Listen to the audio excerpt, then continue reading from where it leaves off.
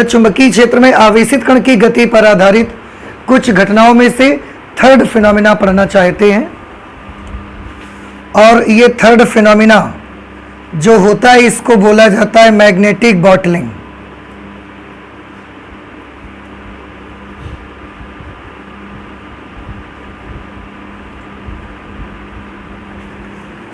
Magnetic bottling कहते हैं, चुंबकीय बॉटलिंग आप बोल सकते हैं।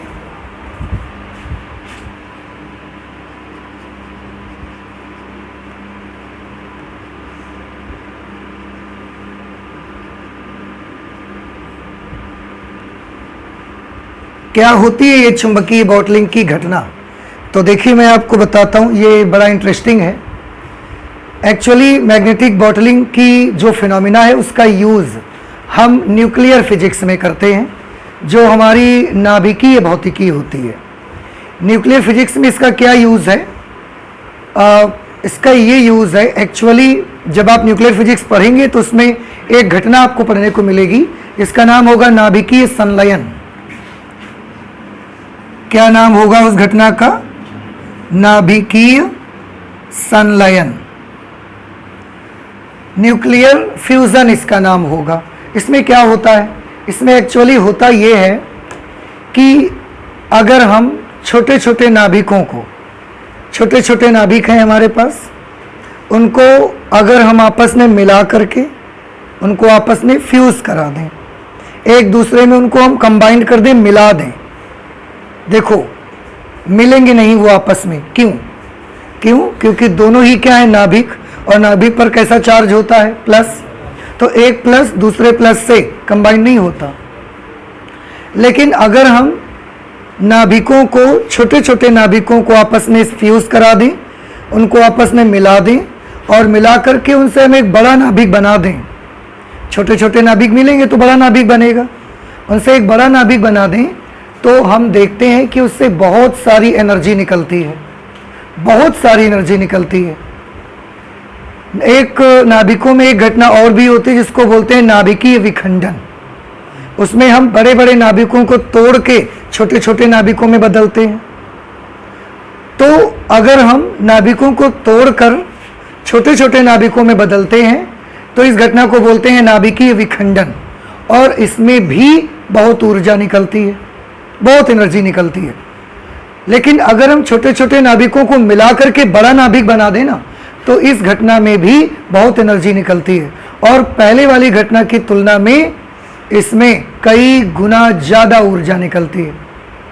तो पहले वाली घटना जिसमें बड़ा नाभिक तोड़कर छोटे नाभिक बनाते हैं उसको क्या बोलते हैं? नाभिकीय विखंडन। और जिसमें छोटे छोटे नाभिक मिलाकर बड़ा नाभिक बनाते हैं उसको नाभिकीय संलयन।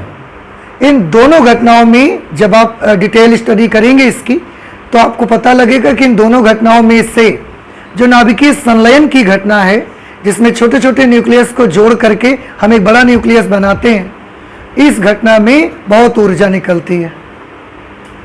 और इतनी ऊर्जा निकलती है कि जब आप उसको लिखते हैं ना तो हम उसके साथ लिखा करते हैं अपार ऊर्जा उत्सर्जित होती है। अपार ऊर्जा, इतनी ज़्यादा एनर्जी निकलती है कि हम उसके लिए बहुत ज़्यादा एनर्जी, ये वो शब्द यूज़ नहीं करते, अपार ऊर्जा यूज़ करते हैं। और आप तो जानते हैं हमारी इस दुनिया में एनर्जी की बहुत ज़रूरत रहती है हमको, इसलिए हम हमेशा इस खोज में रहते हैं, हमेशा इस सर्च में रहते हैं, वो चीज़ें पता चलें, वो घटनाएं पता चलें जिसमें हमको ज़्यादा से ज़्यादा एनर्जी मिले। तो हमने देखा कि नाभिकों में दो प्रकार की घटनाएं हैं, एक न्यूक्लियर फिजन जिसे हम नाभिकीय विखंडन कहते हैं, दूसरा न्यूक्लियर फ्यूजन जिसे हम नाभिकीय संलयन बोलते हैं। और इन दोनों घटनाओं में से संलयन में सबसे ज़्यादा ऊर्जा निकलती है, अपार ऊर्जा। तो हम उस ऊर्जा को लेना चाहते हैं, तो कैसे ले सकते हैं? उसके लिए हमको क्या करना पड़ता है? छोटे छोटे नाभिकों को मिलाकर एक बड़ा नाभिक बनाते हैं। जैसे अगर हम हाइड्रोजन के 4 नाभिक ले लें, हाइड्रोजन के 4 नाभिक ले लें, सबसे छोटा नाभिक हाइड्रोजन का नाभिक होता है। तो अगर हम हाइड्रोजन का 4 नाभिक ले लें और इन 4 नाभिकों को आपस में ऐसा फ्यूज़ करवा दें, मिला दें, तो इससे एक हीलियम न्यूक्लियस बन जाता है, 2He4। तो हम हाइड्रोजन के 4 न्यूक्लियाई लेंगे और इनको आपस में फ्यूज करा के मिला करके हीलियम का एक न्यूक्लियस बना देंगे। जब हम ये काम करेंगे तो इससे बहुत सारी एनर्जी मिलेगी। उस एनर्जी का यूज़ हम अपने कामों में करेंगे। उस एनर्जी से हम पानी गर्म करेंगे, पानी गर्म होकर उससे स्टीम बनेगी, स्टीम को टरबाइन में डालेंगे तो टरबाइन का घूमेगी, टरबाइन से सैफ्ट लगाएंगे, टरबाइन घूमेगी तो उससे जनरेटर चलाएंगे, जनरेटर चलाएंगे बिजली बनेगी, बिजली बनेगी आपको सप्लाई होगी।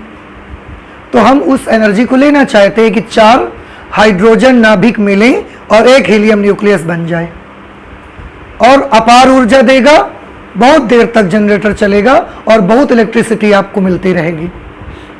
ठीक है, लेकिन ये आसान नहीं है। क्यों आसान नहीं है? क्योंकि 4 के 4 जो आप ले रहे हैं वो क्या ले रहे हैं आप? Hydrogen nuclei.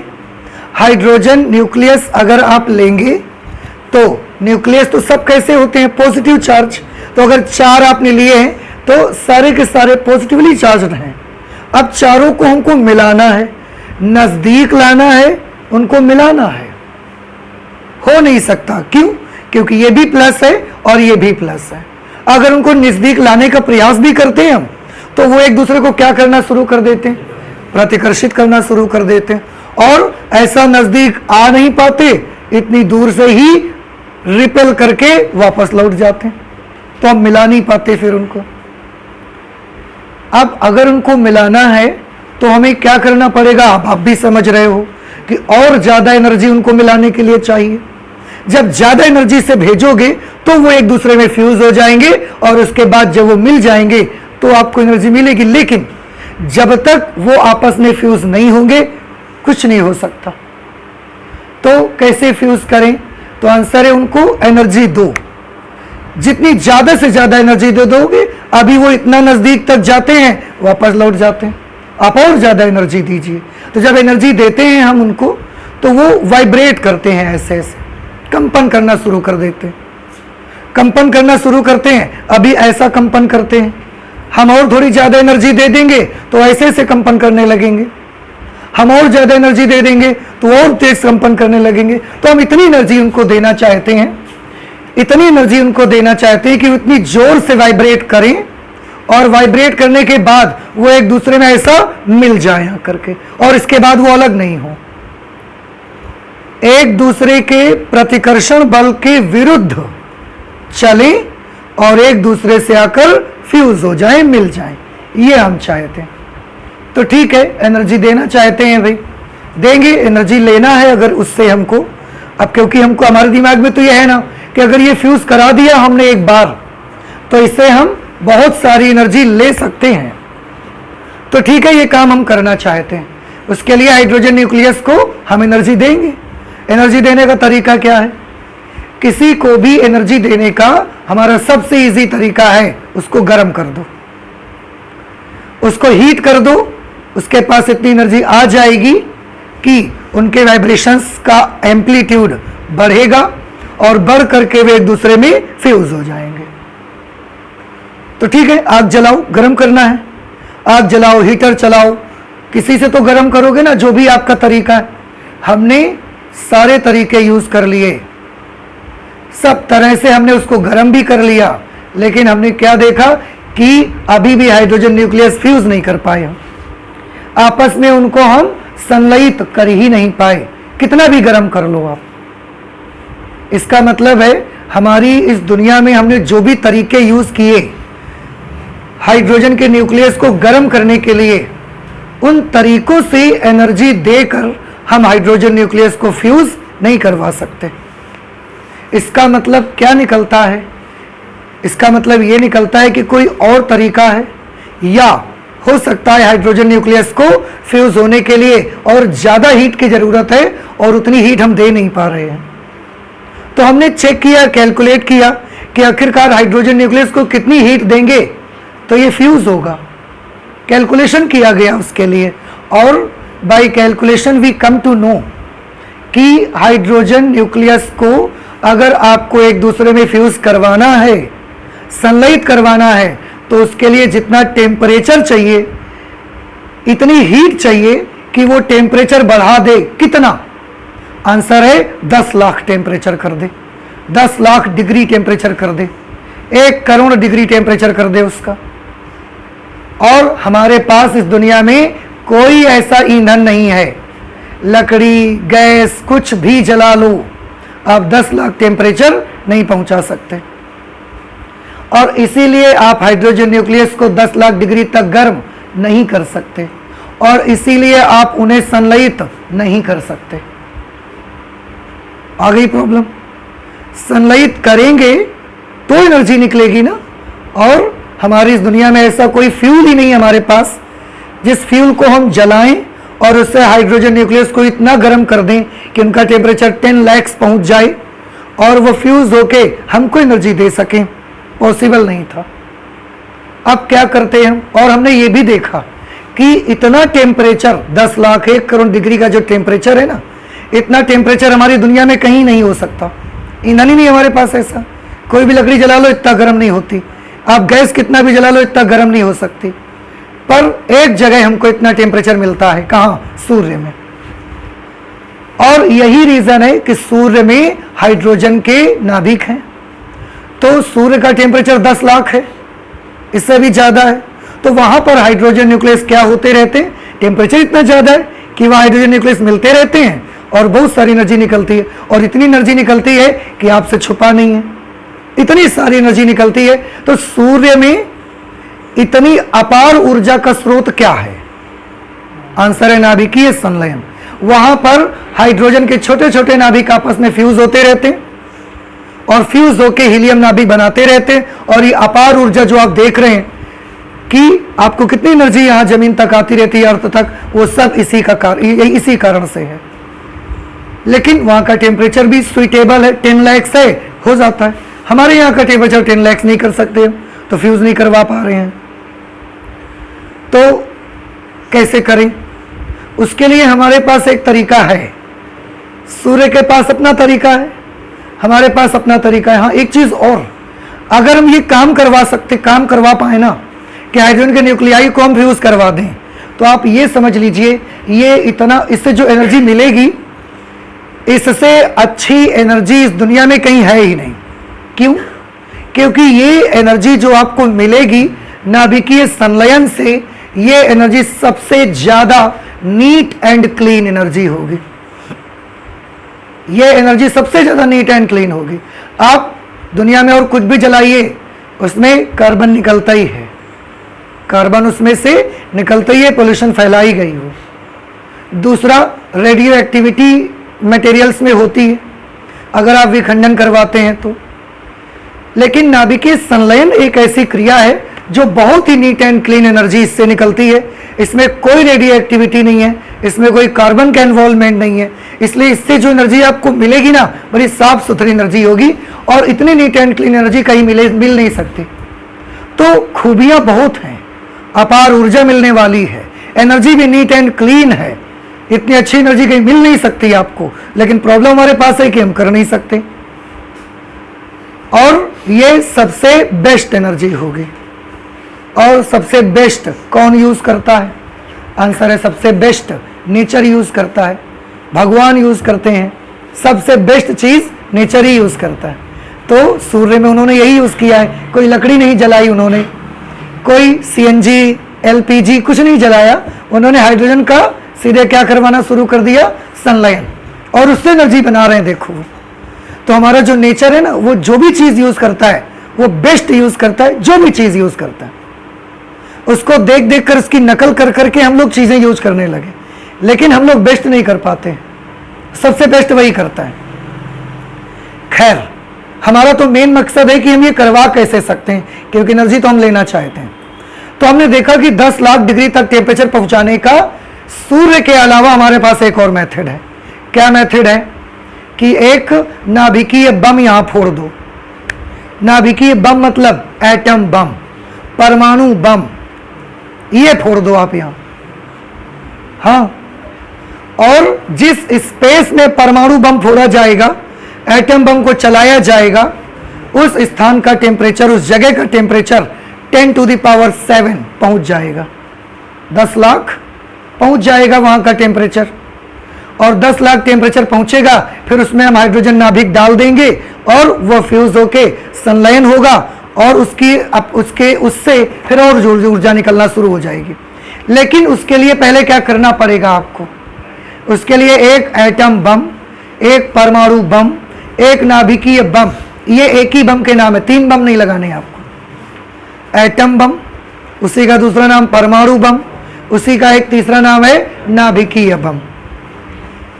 तो एक बम फोड़ना पड़ेगा, ये बिल्कुल क्लियर है। और नहीं तो फिर आप कुछ नहीं हो सकता, हो ही नहीं सकता, आप करवा ही नहीं सकते। ठीक है, हम इसके लिए भी तैयार हो गए कि अगर कुछ पाना है तो कुछ खोना तो पड़ेगा, तो हम बम भी फोड़ने के लिए तैयार हो गए कि हम फोड़ेंगे। लेकिन इसमें एक प्रॉब्लम और आने लगी, क्या? टेम्परेचर। अब देखिए, अभी तक किस बात की प्रॉब्लम आ रही थी कि इतना टेम्परेचर हम कैसे क्रिएट करेंगे।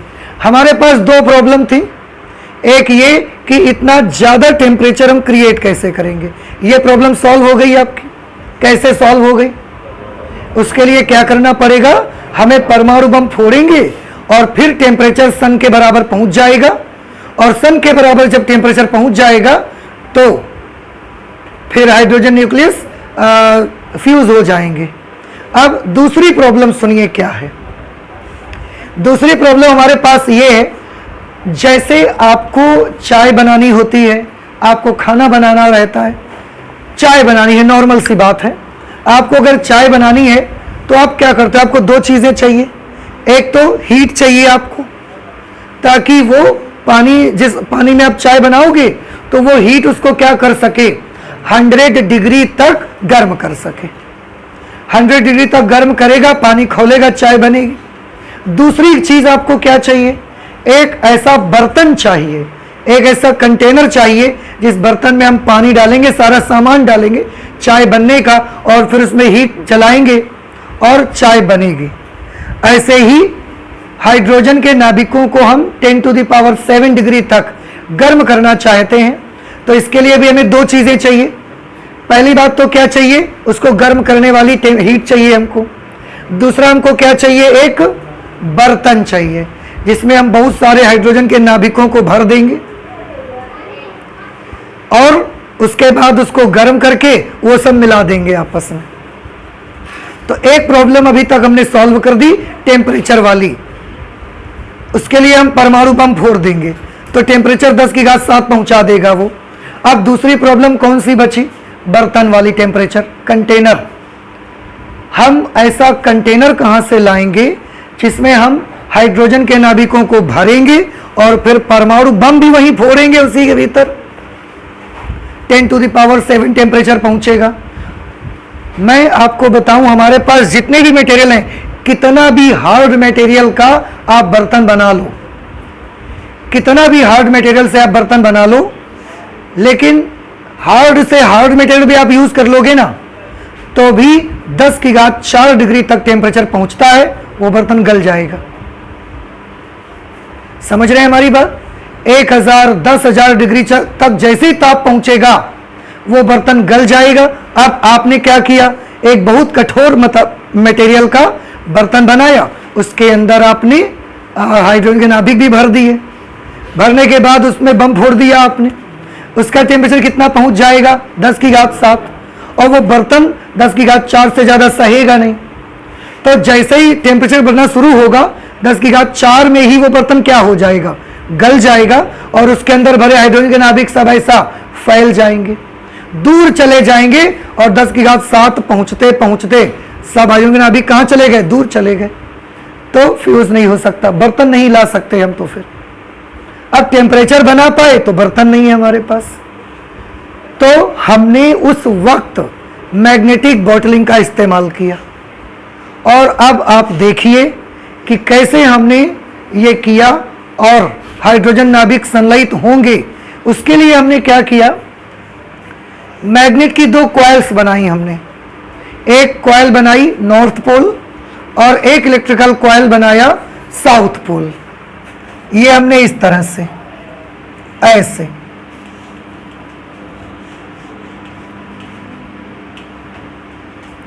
ये मैग्नेटिक कॉइल्स लगा दी। एक तरफ नॉर्थ पोल लगा दिया और एक तरफ साउथ पोल। आप देखेंगे कि जब धारा बहेगी तो इसको चुंबक बना सकते हैं हम। ये अभी पढ़ेंगे आप कॉइल के बारे में।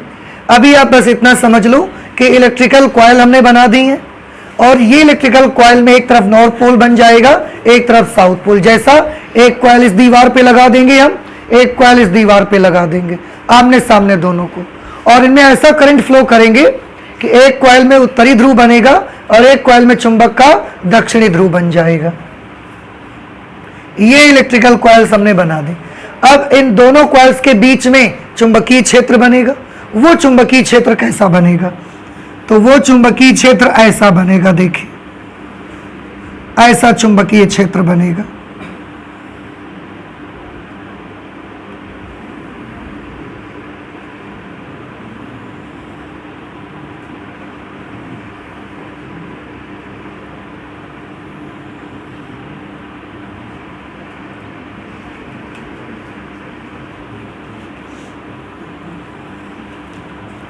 इन दोनों कॉइल्स के बीच में जो मैग्नेटिक फील्ड बनता है वो करीब करीब इस तरह का बनता है मैग्नेटिक फील्ड। जहां पर लाइंस पास पास हैं, ये मैंने थोड़ा सा यहां दूर कर दिया है इन्हें,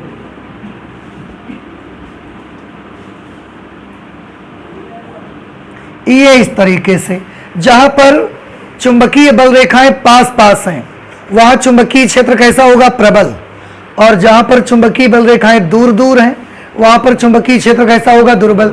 जैसा आपने वैद्युत क्षेत्र में पढ़ा था, वैद्युत बल रेखाएं अगर पास पास हैं तो वहां इलेक्ट्रिक फील्ड स्ट्रांग होगा, अगर वैद्युत बल रेखाएं दूर दूर हैं तो वहां पर इलेक्ट्रिक फील्ड वीक होगा। सिमिलरली जहां पर मैग्नेटिक फील्ड लाइंस दूर दूर हैं वहां पर मैग्नेटिक फील्ड कैसा होगा? वीक। और जहां पर मैग्नेटिक फील्ड लाइंस पास पास हैं वहां पर मैग्नेटिक फील्ड कैसा होगा? स्ट्रांग। तो यहां पर कैसा होगा? ये मैं थोड़ा सा यहां लिख देता हूं। यहां पर चुंबकीय क्षेत्र कैसा होगा बताइए? दुर्बल कि प्रबल? दुर्बल, क्योंकि यहां चुंबकीय क्षेत्र कैसा है? दूर दूर है।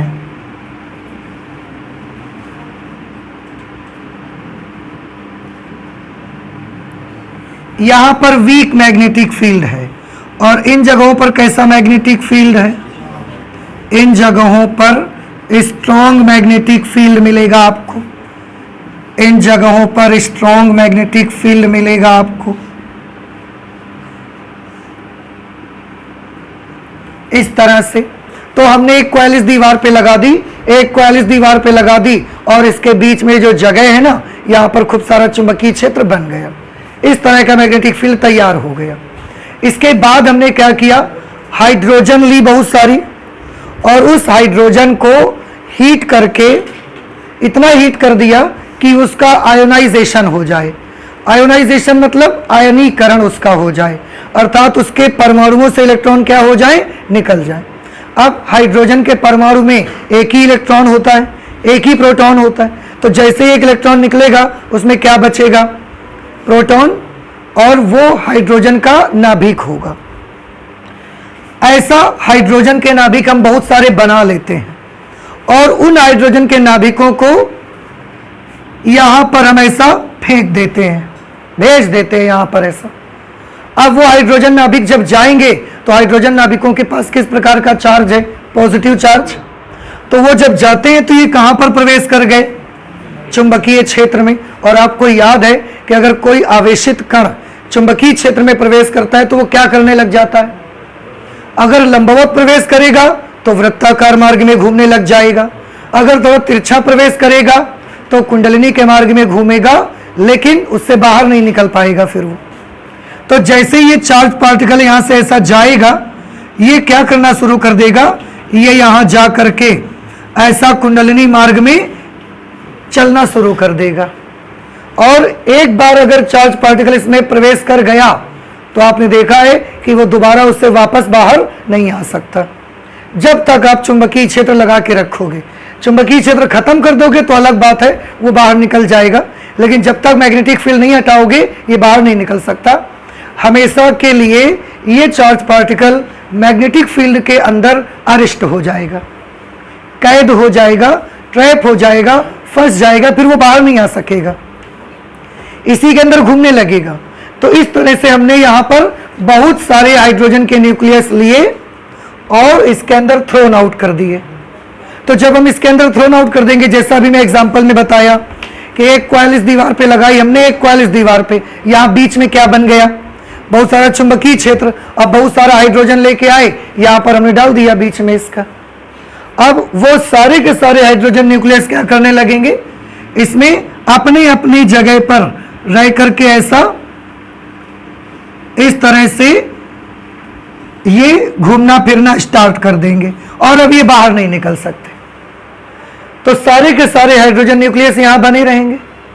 जब ये यहां बने रहेंगे, हाँ एक चीज और कि जैसे ही चार्ज ऐसे जाएगा, जाते जाते थोड़ी देर के बाद ये फिर वापस लौटेगा। देखिए ये इससे बाहर नहीं निकल पाएगा।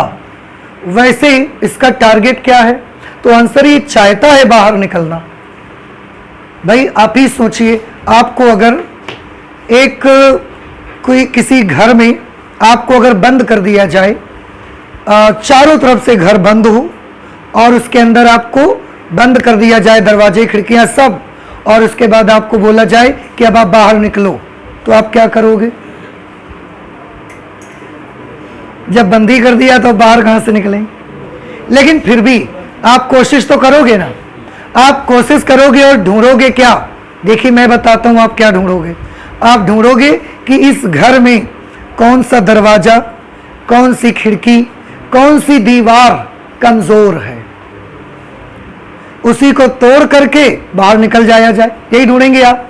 तो ये जो चार्ज पार्टिकल यहां जाता है ना, ये भी यही ढूंढता है, ये भी यही सर्च करता है कि इसके अंदर कौन सा पार्ट ऐसा है, कौन सा स्थान ऐसा है, कौन सी जगह ऐसी है जहां पर मैग्नेटिक फील्ड बहुत वीक है, जहां पर चुंबकीय क्षेत्र बहुत कमजोर है।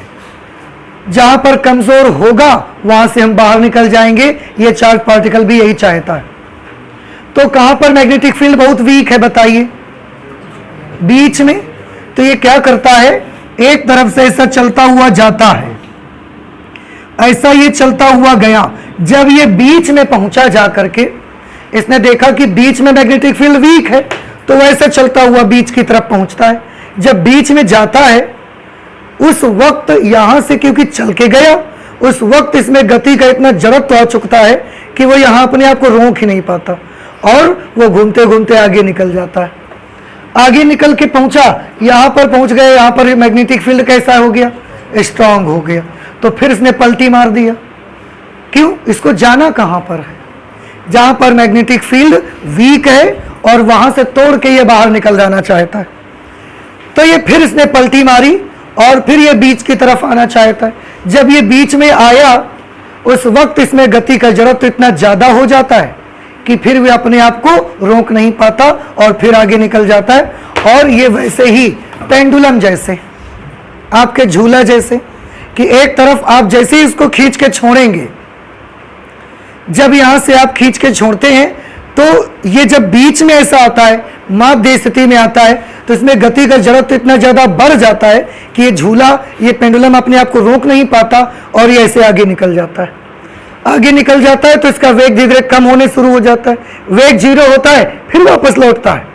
अब वापस लौट के आता है तो ये यहाँ रुकना चाहता है, लेकिन जब वापस लौटता है तो यहाँ आते आते इसका गति का जड़त्व इतना ज्यादा हो जाता है कि फिर अपने आप को रोक नहीं पाता और आगे निकल जाता है। आगे निकल के गया, फिर धीरे धीरे वेग घटने लगा, वेग 0 हो गया। वेग 0 होते ही फिर वापस लौटता है, लेकिन यहाँ पर आते आते गति का जड़त्व बढ़ जाता है, फिर अपने आप को रोक नहीं पाता। यही हालात इसके साथ होते हैं और इस चक्कर में इसकी जिंदगी गुजर जाती है बेचारे की, कभी वापस नहीं निकल पाता। समझ रहे हैं आप? तो ये यहीं फंस जाता है। और इस तरीके के मैंने एक हाइड्रोजन नाभिक नहीं छोड़ा है, मैंने कितने हाइड्रोजन नाभिक छोड़े हैं? 1 लाख, 10 लाख, 1 करोड़ हाइड्रोजन नाभिक हमने इसके भीतर छोड़ दिए।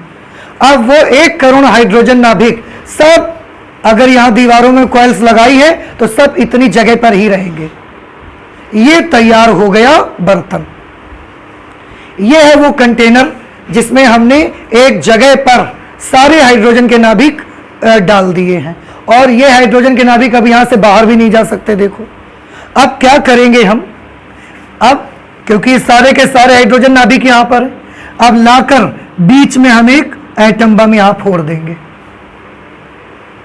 तो यहाँ पर इतनी सी जगह पर क्या है, बहुत सारे हाइड्रोजन के नाभिक, और उन्हीं के बीच में हम जाकर हाइड्रोजन बम फोड़ देंगे। हाइड्रोजन बम फूटेगा, 10⁷ डिग्री टेम्परेचर पहुंचेगा इसका। 10⁷ डिग्री में जितने भी अगल बगल हाइड्रोजन नाभिक घूम रहे हैं ये सब का टेम्परेचर 10⁷ होगा, और इतनी एनर्जी इनको मिलेगी कि सब फ्यूज होना शुरू हो जाएंगे। फ्यूज होना शुरू हो जाएंगे, फिर इसके बाद इनका काम चालू हो जाएगा। और एक बार संलयन की ऐसी अभिक्रिया होती है ना, एक बार संलयन स्टार्ट हो गया, फिर इसमें से ही इतनी ऊर्जा निकलती रहती है कि टेम्परेचर कभी कम नहीं होने पाता। आप कभी सोच लें कि आप एक बार फोड़ोगे तो थोड़ी देर तक मिलेंगे, इसके बाद खत्म, ऐसा नहीं है। एक बार आपने संलयन स्टार्ट करवा दिया ना, तो वो तब तक रुकेगी नहीं अभिक्रिया जब तक यहां पर मौजूद एक एक हाइड्रोजन नाभिक का फ्यूजन नहीं हो जाता। सारे हाइड्रोजन नाभिक फ्यूज होंगे ना, उसके बाद ही रिएक्शन रुक सकता है, क्योंकि हाइड्रोजन नाभिकों के संलयन में खुद इतनी एनर्जी निकलेगी कि वो टेम्परेचर 10⁷ से कम होने नहीं पाएगा कभी। और जितने हाइड्रोजन नाभिक हैं, चुन चुनकर एक एक हाइड्रोजन न्यूक्लियस फ्यूज होना ही पड़ेगा उसको। संलयन की अभिक्रिया ऐसी रिएक्शन है, और उस समय आप एनर्जी ले सकते हैं। तो आपने देखा कि हाइड्रोजन नाभिकों को संलयन करवाने के लिए हमें कौन सी दो चीजें चाहिए थी? वेरी हाई टेम्परेचर, वो कहां से बनाया हमने? एटम बम से। दूसरा एक ऐसा बर्तन जिसमें भर करके हम उसको गर्म करेंगे, वो बर्तन कैसे बनाया? चुंबकीय क्षेत्र का इस्तेमाल किया। और आप देख रहे हैं चुंबकीय क्षेत्र में आवेशित कण की गति पर आधारित घटनाएं उसी पर आधारित है। नहीं समझ में आया आपको? अब एक चीज हो सकता है आपको ना समझ में आई हो कि ये सब कुछ तो ठीक है, पर इसका नाम मैग्नेटिक बॉटलिंग क्यों है? मैग्नेटिक बॉटलिंग इसका नाम इसलिए है क्योंकि ये एक बोतल जैसी बन चुकी है। जैसे बोतल आप कहते हैं हिंदी में उसको, तो ये एक बोतल जैसी बन चुकी है। बिल्कुल वैसा बिहेवियर है जैसे एक बोतल आप लीजिए और उस बोतल के अंदर पानी भर दीजिए, पानी भरेंगे और उसको हिला दीजिए कस के। तो जब बोतल में पानी भर के आप हिला देंगे तो उसका पानी एक बार इधर की तरफ जाएगा, फिर इधर जाएगा, फिर इधर जाएगा, फिर इधर जाएगा, ये होता रहता है। तो यहाँ पर इसका शेप भी बोतल जैसा एक तो है, मैग्नेटिक फील्ड का शेप भी बोतल जैसा है, और इसके भीतर जो चार्जेस हैं वो एक बार इधर से इधर, एक बार इधर से इधर, इसलिए इसका नाम रखा गया मैग्नेटिक बॉटलिंग। यूज कौन सा फील्ड हो रहा है? Magnetic field. आकार कैसा दिखता है? बोतल जैसा, इसलिए हमने इसका नाम क्या रख दिया? Magnetic bottling. तो इस काम में भी ये आता है। समझ आ रही है हमारी बात आपको? तो ये है जो थर्ड फिनोमिना है, मैग्नेटिक बॉटलिंग का फिनोमिना। आई होप कि ये चीज समझ आ गई होगी आपको, और नाभिकीय संलयन करवा के अपार ऊर्जा हम ले सकते हैं। ठीक है, तो आप प्लीज इसमें से नोट करना चाहते हैं आप नोट कर लें। और इस तरह से ये हमने तीसरा इवेंट पढ़ लिया, आप इसे नोट कर लीजिए जल्दी से। ठीक है।